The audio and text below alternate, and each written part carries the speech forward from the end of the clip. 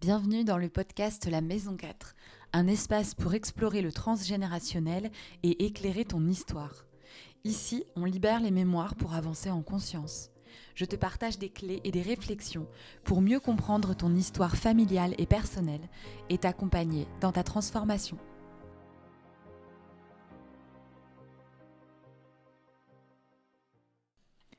Bonjour et bienvenue dans ce nouvel épisode du podcast La Maison 4.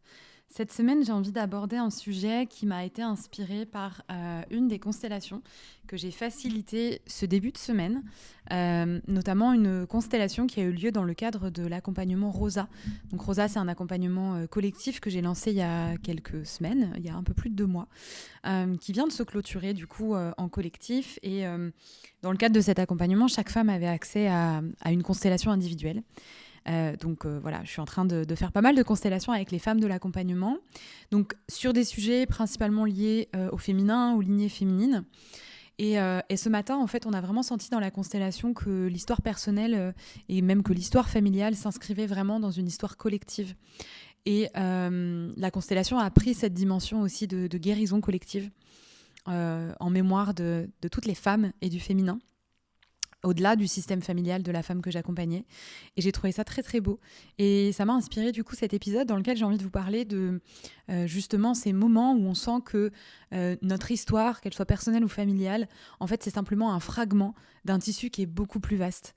Donc vraiment de vous parler de ce tissage subtil qui existe entre les mémoires familiales et les mémoires collectives, comment nos lignées sont traversées aussi par les grands récits du monde et comment, quand on vient guérir quelque chose pour nous, pacifier quelque chose à l'intérieur de nous, il y a aussi quelque chose qui se répare dans le collectif, dans plus grand que nous.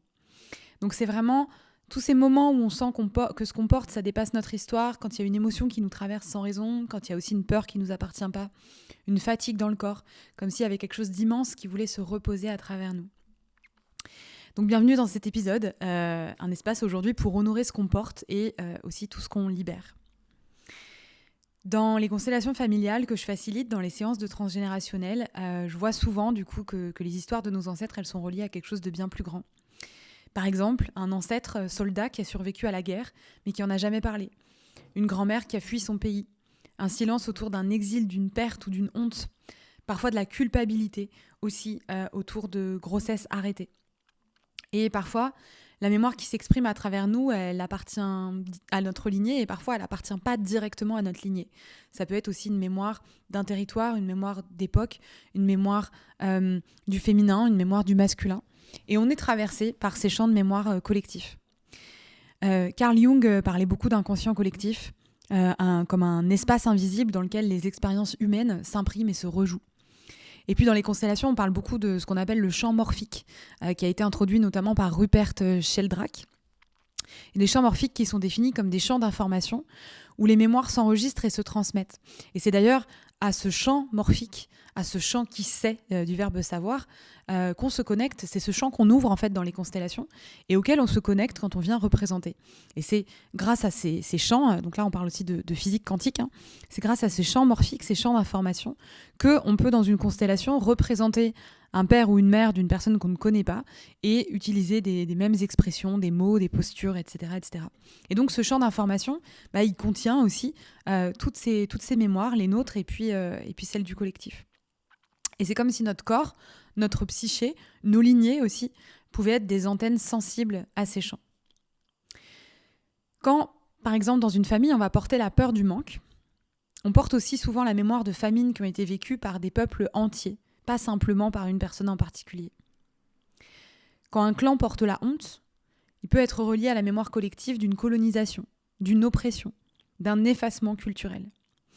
Ce qu'il faut savoir, c'est que le transgénérationnel, il n'est jamais isolé. Tout comme nos blessures personnelles, elles ne sont jamais isolées. Le transgénérationnel, il s'enracine dans la grande mémoire du monde. Les guerres, les exils, l'émigration, les dominations, l'histoire des femmes, le patriarcat, ça laisse des traces dans les corps. Pas seulement dans les corps de ceux qui les ont vécus, mais aussi dans ceux de leurs enfants et des enfants de leurs enfants. Une femme peut être née des décennies après une guerre et encore ressentir la peur de manquer de nourriture. Un homme dont les ancêtres ont été colonisés peut porter, sans le savoir, un conflit intérieur entre loyauté et liberté. C'est des mémoires qui s'expriment dans nos comportements, dans notre rapport à la sécurité, à l'autorité, à l'argent, au plaisir, à l'amour, au territoire, et qui nous relient à quelque chose de beaucoup plus vaste que nous. Alors parfois dans une séance, quand une personne va accueillir une émotion ancienne, on sent que c'est pas seulement son ancêtre qui pleure à travers elle, mais que c'est tout un pan de l'humanité qui retrouve le droit de se sentir. C'est une mémoire collective qui s'apaise à travers un seul cœur qui s'ouvre, celui de la personne qui vient consteller. Et c'est ça, la beauté pour moi, du travail transgénérationnel et des constellations. C'est que ça nous ramène à notre juste place. Une cellule consciente du grand corps du monde. Un individu qui fait partie de ce grand tout. Et c'est réellement ce qui s'est passé dans la constellation dont je vous ai parlé. En venant accueillir quelque chose de sa propre histoire et de l'histoire de ses lignées et des femmes de ses lignées, on a aussi accueilli toutes les femmes qui ont vécu ce qu'elles-mêmes ont vécu. Et on a amené de l'amour dessus. On a amené des mots, on a amené de la conscience et on a amené de la paix. En tout cas, une intention de paix. Puisqu'on ne peut pas faire à la place des autres, évidemment. Donc, il s'agit de rester humble et il ne s'agit pas justement de se dire à travers une constellation, je guéris tout le féminin, je guéris le monde entier. Non, évidemment que non. Mais c'est comme le colibri en fait, c'est comme faire notre part. J'amène des petites gouttes d'eau sur cette forêt qui est en train de brûler. Si vous ne connaissez pas l'histoire du colibri de Pierre Rabhi, c'est ce petit oiseau, ce colibri, la forêt brûle, y a des flammes partout. Et puis lui, il va à la rivière chercher de l'eau, il prend de l'eau dans son bec et il ramène l'eau sur les flammes. Et il y a un autre animal, je ne sais plus lequel, qui lui dit « Mais petit colibri, pourquoi tu fais ça ? En fait, ça ne sert à rien. Tu ramènes des pauvres petites gouttes alors que tu as vu, les flammes, elles sont immenses, ça ne sert à rien ce que tu fais. » Et le colibri lui répond « Je fais ma part. Je fais ma part. » Et ça résonne tellement, parce que pour moi, dans les constellations, on n'a pas la prétention de guérir nos lignées, c'est pas notre rôle. On n'a pas la prétention de guérir le monde entier, l'humanité. Enfin, on n'est pas Dieu, quoi. Je veux dire, faut aussi... c'est vraiment des espaces d'humilité, il faut savoir rester à sa place. Mais pour autant, pour moi, on fait notre part. Et en nous permettant de voir et d'accueillir des choses qui sont dans notre histoire et qui résonnent avec une histoire plus collective, plus grande, on envoie quelques petites gouttes d'eau aussi sur ces histoires-là et sur les autres, en fait. Donc on fait notre part. Et nos lignées, c'est comme des points de résonance du collectif. Chaque famille, c'est une fréquence particulière du collectif. Il y a les lignées de la survie, il y a les lignées des bâtisseurs, des artisans, des mères courage, les lignées du silence, celles où on a appris à rien dire pour pas déranger, les lignées de la migration qui cherchent encore un sol, un enracinement intérieur, les lignées blessées dans leur rapport au sacré, à cause des dogmes ou des guerres de religion. Et parfois dans ces lignées, il y a une personne ou plusieurs qui viennent restaurer quelque chose, réhabiliter la parole, redonner au corps le droit au plaisir, retrouver la joie là où il n'y avait que de la survie. Et ces âmes, peut-être la tienne, peut-être la mienne, c'est comme des artisans de guérison à l'intérieur de nos lignées, en fait. Parce qu'en réparant localement, on contribue, en faisant notre part, à notre niveau, à restaurer le champ collectif. Quand on libère une mémoire, on le fait d'abord pour soi, évidemment. Mais en le faisant pour soi, on ouvre aussi un passage.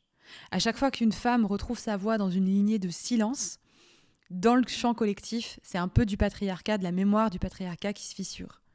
Chaque fois qu'un homme accueille sa vulnérabilité, c'est un peu du vieux modèle guerrier qui s'adoucit. Lorsqu'une famille ose parler d'un exil ou d'une honte, c'est un pan de la mémoire du monde qui retrouve la lumière. Alors guérir, ça devient presque un acte spirituel et politique. C'est pas fuir le monde pour se réparer. C'est pas le faire uniquement pour soi, de manière très égoïste ou égocentrée. C'est participer à la régénération du monde depuis notre propre place et à notre niveau, à notre hauteur. Alors ici, j'ai envie de t'inviter, je le fais pas souvent dans ces podcasts, mais là j'ai envie de le faire. J'ai envie de t'inviter à fermer les yeux un instant, à respirer doucement, à sentir ta colonne comme un arbre, avec tes racines qui plongent dans la terre, là où reposent les générations passées. Et au-dessus de ta tête, à sentir qu'il y a un vaste ciel. Et entre les deux, entre la terre et le ciel, il y a toi, le vivant qui relie les mondes. Et tu peux inspirer et à l'expiration, sentir cette intention simple qui se dépose à l'intérieur de toi. Tout ce que je guéris aujourd'hui sert à la vie. Tout ce que je guéris aujourd'hui sert à la vie. Tout ce que je pacifie en moi aujourd'hui se propage juste dans les mémoires du monde. Toute cette paix que j'installe en moi aujourd'hui se propage jusque dans les mémoires du monde. Et peut-être qu'en ce moment même, quelque part dans le monde, il y a quelqu'un d'autre qui se relie à la même vibration que toi. Et que dans l'invisible, il y a une tresse qui se forme entre nos lignées.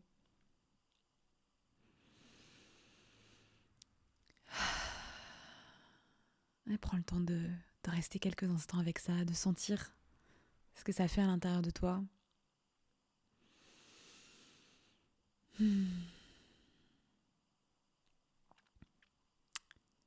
Voilà ce que j'avais envie de partager pour cet épisode, de l'individuel au collectif.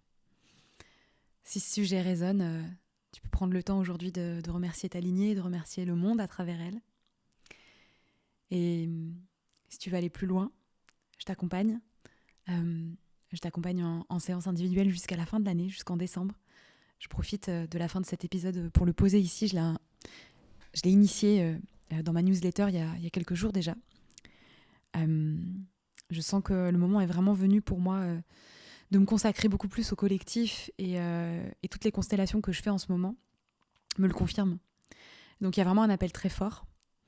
Donc j'ai pris la décision, bien qu'aujourd'hui les accompagnements individuels et les séances individuelles soient confortables, j'ai pris la décision de les arrêter en fait à partir de janvier 2026. Donc je me laisse le temps de faire la transition, de clôturer les accompagnements en cours, d'accompagner aussi les personnes qui sentent l'appel depuis quelques temps mais qui n'ont pas encore fait le pas. Et puis de donner envie de transitionner, de passer au collectif aussi aux personnes que j'ai pu accompagner en individuel. Donc j'ai encore des places pour des séances individuelles jusqu'à la fin de l'année. J'en ai plus énormément, mais j'en ai encore quelques-unes. Et à partir de janvier, je vais vraiment ouvrir plus d'espaces collectifs, de constellations, des immersions, des retraites, des cercles aussi, qui vont reprendre en présentiel. Un format aussi collectif en ligne qui arrivera en janvier, dont je vous parlerai courant décembre. Donc si vous sentez l'appel à explorer, en individuel ou en collectif, vous pouvez retrouver les liens pour réserver une séance individuelle avec moi ou pour venir sur un événement collectif en ligne ou en présentiel. Et je serais ravie de vous accompagner. Voilà. Je vous remercie pour votre écoute de cet épisode. J'espère que ce sujet aura résonné pour vous. Et je vous dis à la semaine prochaine pour un nouvel épisode.